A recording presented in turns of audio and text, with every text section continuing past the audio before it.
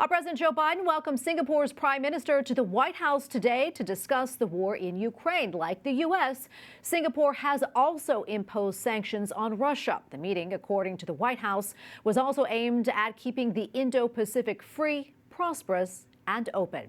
White House Correspondent Owen Jensen reports. As destruction in Ukraine continues, here Russian forces hitting a government building today in the southern port city of Mykolaiv, reportedly killing 7 people. Singapore Prime Minister Loong arrives at the White House to discuss, President Joe Biden said, freedom of the seas, democracy in Burma, advancing economic growth, and of course, the war in Europe. Both men in the Oval Office calling it a critical moment. Russia's unprovoked and unjustifiable war against Ukraine is an urgent threat to both Europe and I believe to the Indo-Pacific as well. Both leaders issued a joint press statement. We're going to continue to keep strong the sanctions. We're going to continue to provide the Ukrainian military with their capacity to defend themselves.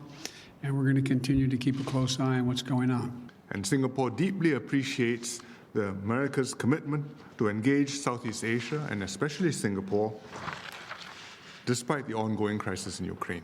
Singapore and other Pacific partners, Australia, Japan, New Zealand, and South Korea, moved relatively quickly to hit Russia with sanctions following the invasion. And after several rounds of failed negotiations to halt the war in Ukraine, along with talks, there is skepticism too. For now, no end to the conflict. And at the Pentagon, spokesperson John Kirby was asked about whether Russia might be considering using weapons of mass destruction. We haven't seen any indications that they are preparing to use chemical or biological weapons. And we're watching this, obviously, you might imagine, we're watching it very, very closely, monitoring it the best we can. But there's no indications at this time that they're preparing to use weapons of mass destruction. Also today, President Biden traveled to the U.S. Capitol to bid a final farewell to Alaska Congressman Don Young, who passed away at the age of 88.